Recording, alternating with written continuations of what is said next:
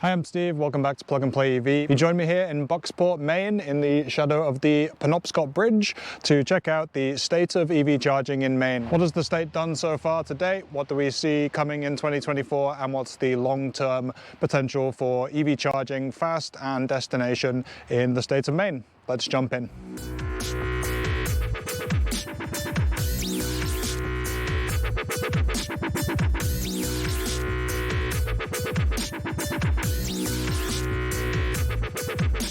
So starting with Maine seemed to be the most appropriate, it being the easternmost state and one that's right on our doorstep here, so we can work our way west and wherever else we visit. But Maine has some other things going for it as a DC fast charging, not leader perhaps, but certainly as a state that has thought about where it needs to put DC fast charging for public options and pursued that to a point where it's at least making travel possible up to some of its main routes and through to Canada. So the primary name to know as you go up there is Efficiency Maine. That's the organization that has put into place a lot of these charging plans and got locations in places like Jackman, Maine, way up by the border with Quebec, further up than Portland and Augusta, going up into Bangor, and eventually here going up to that route on I-95 all the way up to the border with Canada on the other side, where Halton, Maine meets the border with New Brunswick. And so I've done that loop. I did the route up via Jackman, so I've seen the places where this is a really helpful addition, and also the places where it still hasn't quite reached, which is Maine. Ivy's Motor Lodge, Halton, Maine.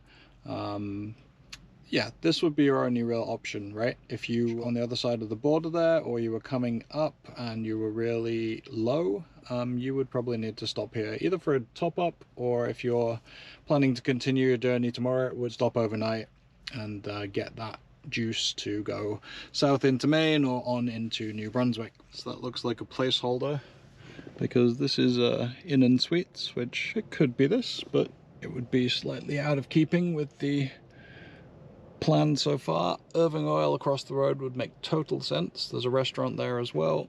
It would be exactly what I expect, but I don't see anything there at the moment, and it's pretty early for that anyway. There is construction in the distance there, but it's on the other side of the road to what the listed address is.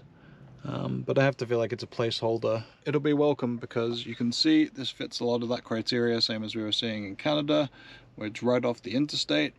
You'll get good locations for heading further north and east-west, obviously on 95, going south and west. Next time you see us up here, maybe we'll be charging right across the road. So if we start with the best part, you have plenty of stations on that I-95 corridor heading up as you come out of New Hampshire into Maine right away. You have the Kittery Premium Outlets, which is an Electrify America 4-stall station. Then there's a EVgo at Hannaford, only an old 50 kilowatt, but still, you know, something that is right there on the border and serves some of those lower beach towns like Ogunquit and York. Then further up you have one of the first sites that had a ChargePoint Express Plus units put in. Those are the Kennebunk service areas, southbound and northbound. So those started off as 62.5 kilowatt ChargePoint CPE 250s. Then they installed, I think it was about a year and a half ago now, some ChargePoint Express Plus units, which I believe go up to 200 kilowatts. So you're getting the not quite the top end, you're not hitting that 300, 350, 400 level, but you certainly have some pretty advanced kit for this area, and certainly for a convenient stop that is right off the interstate, that's a useful area to have.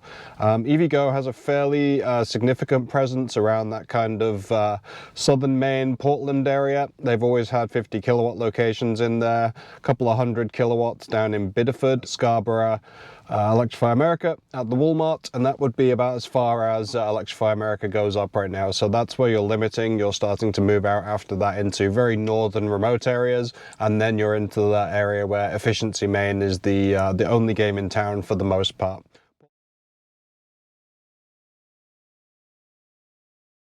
And then addressing these rural routes, or the really kind of remote routes at least, which head out into the north and up to Canada. We've already said that on I-95, the last option you're going to have is Bangor, Maine at the moment. There are stations under Maine's funding agreements going to go in at Medway, which is a nice half point between Halton, where the border is, and Bangor. But for now, at the moment, the time of recording, that is the last stop in Bangor, or if you're heading down, you're going to have to make it all the way to Bangor to make that charging station. So something to think about as you head up that direction. The other main route which we went up on the way to Quebec is Route 201. They do have options, again, for Efficiency Maine at Skowhegan at the Hannaford Market. That is a unpaired 62.5 kilowatt charge point. So on that route, that's going to be a place where you may need to hang out for a while if you don't plan to charge again until Quebec. Or if you're heading further north and don't mind a stop, it's a little bit remote, but there is an option there at the Trailside 1 stop, with Jackman, Maine being the location. So if you're in the daytime, that's going to be great. You're going to have a place to stop, grab some snacks and top up before you head into Canada. But that is really kind of the only option at the moment in terms of public CCS fast charging. There is also a Tesla Supercharger at that Jackman stop, so good little EV hub before you head on north into Canada if that's your route. Then on the coastal routes, one of the big attraction draws in Maine is Acadia National Park. So that is along Route 1 and various other roads that you can take, Bucksport, Maine being one I'd call out. You can check the video out here with Stephen St. Peter, who's an EV advocate for that area, and will have plenty of knowledge about destination charging and what's going on in his area. But for the most part, charging up there is going to be limited to either I-95, or you do have a fast charger on Route 1 in Belfast, Maine, which is most of the way towards Bar Harbor and Acadia National Park. So a good place for that. But again, this is all slower charging. This is all going to be as you leave that interstate corridor. Expect to take a little more time.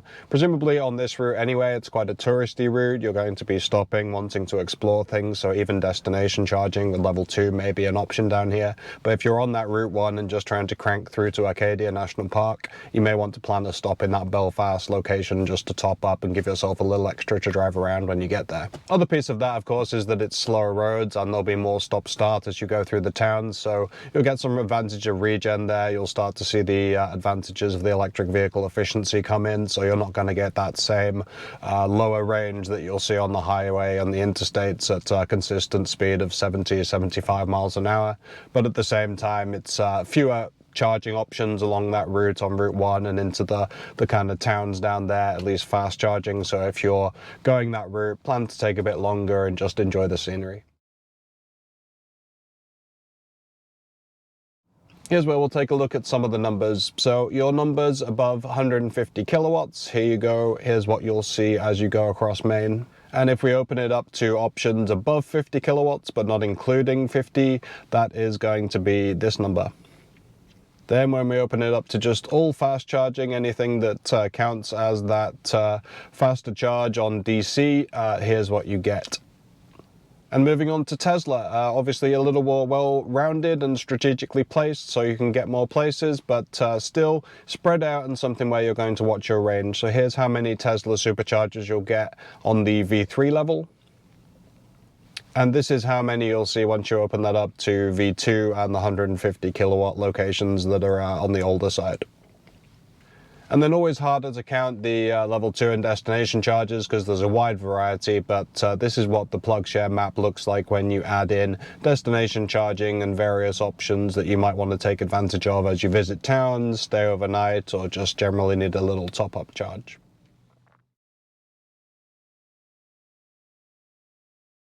So what's next for Maine EV charging? Well, thanks to the state's planned programs on Efficiency Maine and Recharge Maine, coupled with funding from the NEVI announcements, we have a pretty good idea of where Maine is going to try and fill in these gaps. So smartly enough, it comes along the I-95 corridor, looking at sites in Medway, which is that central area between Bangor and Halton. And then up in Halton, there is also a Recharge Maine site going in up there. So we do start to get that filling in the kind of every 50-mile gaps, and you'll have options all the way up to the border. Obviously, that's still going to be very limited. We're going to have to wait and see what Tesla does in terms of maybe adding magic docks, opening up things. You've still got the existing Tesla infrastructure, which will start to become available to Ford, GM customers initially, and and then pretty much everybody as we get those adapters for the J3400 plug out there. But that's going to be a moving target, so we're going to have to assess those as they come. What we do see is a really good advantage of Maine having started off its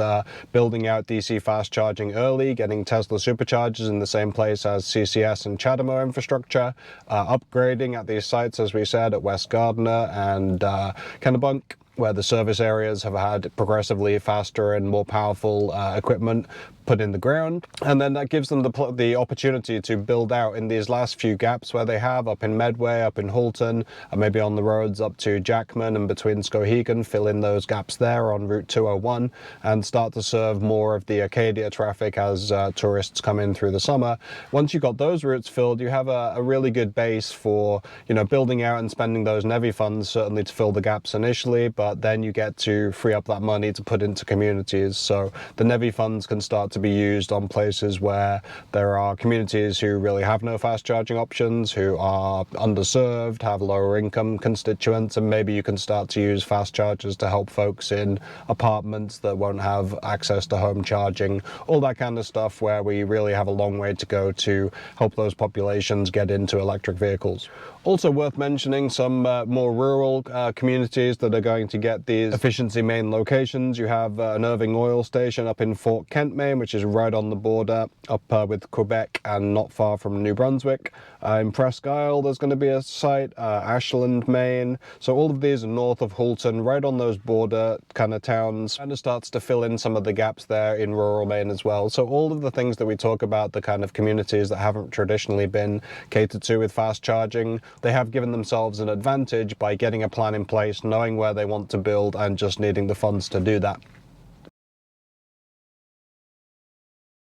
So I really have to take my hat off to them. If you compare Maine to neighboring New Hampshire, it's night and day. New Hampshire is really a smaller state, still has that same kind of heavily based in the south with the cities serving kind of a greater Boston area, if you like, a greater Boston. But what isn't mirrored is the further north, you really don't have very many fast charging options. Electrify America hasn't gone there, EVgo hasn't gone there, and the state hasn't stepped in with its early Dieselgate money or any other initiatives really to date to get those fast charging gaps filled, which is, you know, similar again because New Hampshire has the White Mountains, a lot of tourism up there, and probably it would have more reason to build out that infrastructure along those interstates than Maine would up to the border, other than Maine has been committed to electric vehicles and more sustainable transport initiatives from the very beginning. So kudos to Maine, really. There's a lot of good people up there working behind the scenes, and we'll look forward to more journeys up there this year.